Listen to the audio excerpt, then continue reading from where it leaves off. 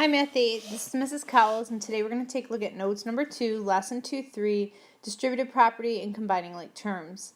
You want to have your notes number 2 out in front of you, and pause is needed, go back and rewatch is needed so that you can gain a better understanding of this topic. What is a term? A term is a number,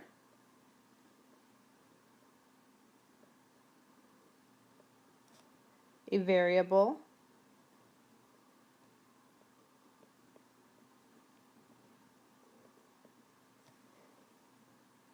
or the combination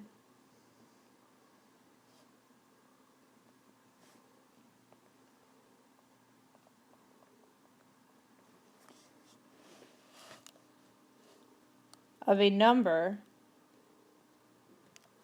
and one or more variables.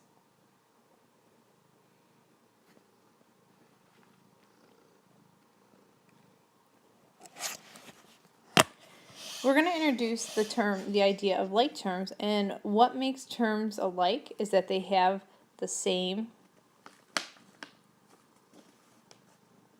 variables.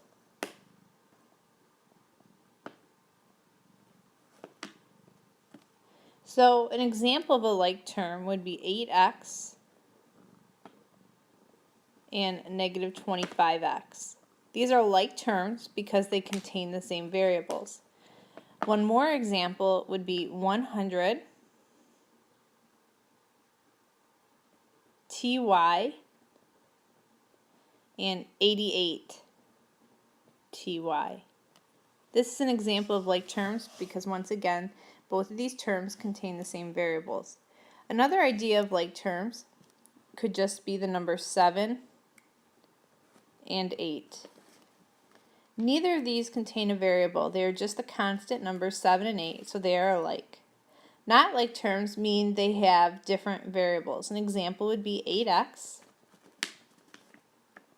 and 100y. They are not like terms because one has an x, the other has a y. Another example that sometimes can confuse students is if we have 7x and negative 6x squared. These are not like terms. Although they both have an x, this one is only an x, and this term here has an x squared.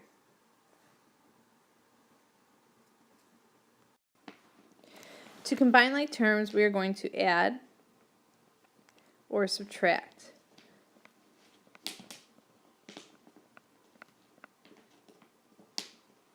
The coefficients.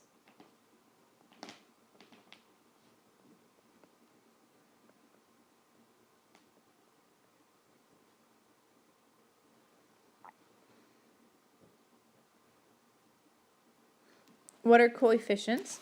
Coefficients are the number you're multiplying the variable by. These numbers are found in front of the variable.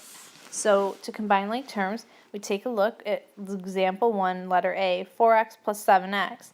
All we need to do is add the 4 and the 7. And when we do that, we end up with 11x. Again, I know you're going to do it mentally eventually. For your notes purposes, it's not a bad idea to have a couple of them written down showing what you did. For part B, we have 2t minus 17t. So again, to combine like terms, we either add or subtract the numbers in front of the variable, which are called coefficients. So in this case, it's going to be 2 minus 17t. Well, 2 minus 17 is negative 15t. For the next problem, we have multiple variables involved. So we look to combine those that are alike. Here I have a 5x, and then I have a 9x. In front of the 9x, I have a plus. So this is 5x plus 9x. 5 plus 9 gives me 14x. Now, to separate your terms, you can always just bring a plus sign down in between. And then we're going to take a look. Our next like terms are positive 3y, because I look to the left, it's plus 3y, and a minus 2y. So I have 3y minus 2y. I'm going to subtract. That becomes 1y. So we can have 14x plus 1y, or you could even write your answer as 14x plus y. They mean the same thing. Let's take a look at the final example here, D. We have 2n minus 6r plus 5n minus 3r. Again, we're going to look to combine like terms. I have a 2n which is positive because I see in front of it there's no sign. And then I have a 5n. It has a plus sign in front, so we are going to add the 2 and the 5. When I add 2 plus 5, I end up with 7n.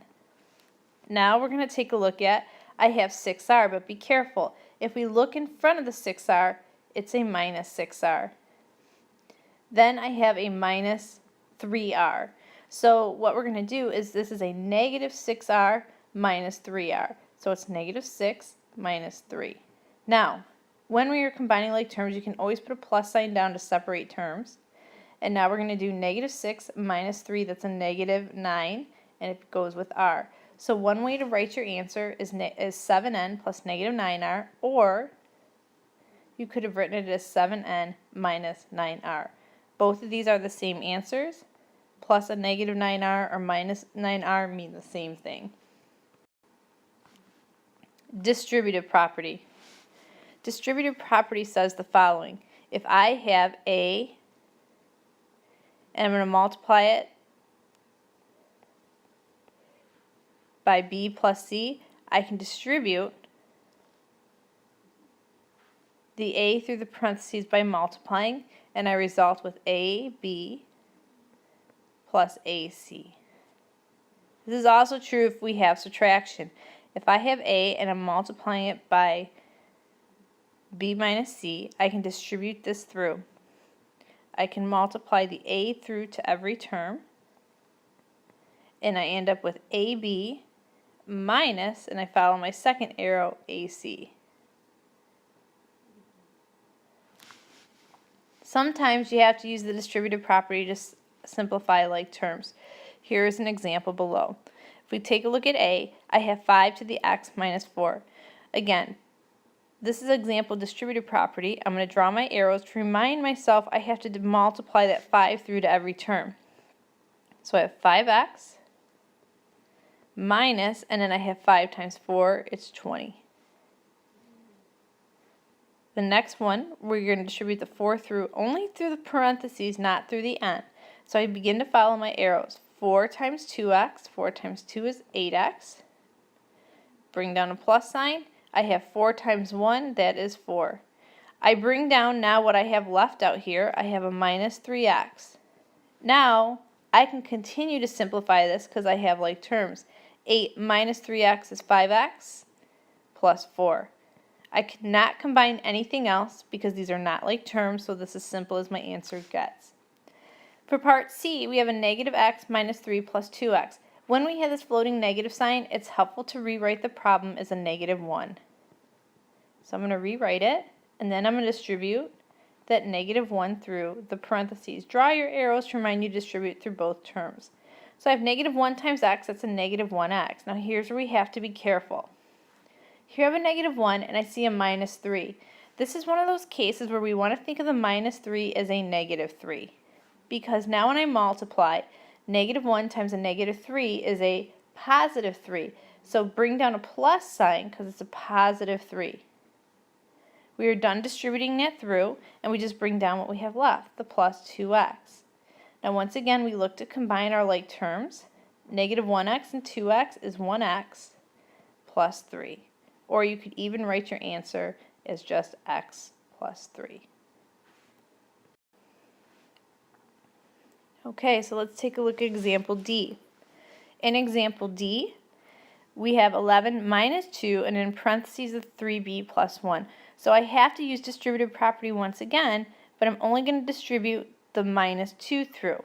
Now be careful, because there's a 2 here, we look to the left, we see the minus sign, we can think of this as a negative 2. So I bring down my 11, and now I'm going to multiply a negative 2 through. When in doubt and you don't know what symbol of a plus or a minus to bring down, just always carry a plus sign over. And now you're going to multiply negative 2 times 3. That's a negative 6b. Bring down the plus sign, and now we have a negative 2 times a positive 1. That's just a negative 2. We look to see what we can combine. 11 and a negative 2. 11 plus a negative 2 becomes a 9 plus a negative 6b. That's one way you could write your answer. If you were to write it with subtraction, it'd be 9 minus 6b. These are the same answers. We want to start to recognize that plus and negative is the same as subtracting. And for our last question here, what are you going to distribute through? Pause, try it on your own, see if you come up with the same answer. So let's distribute the minus 3, which is actually a negative 3, through the parentheses. Bring down your 8c, and then we can always bring down a plus if you want to.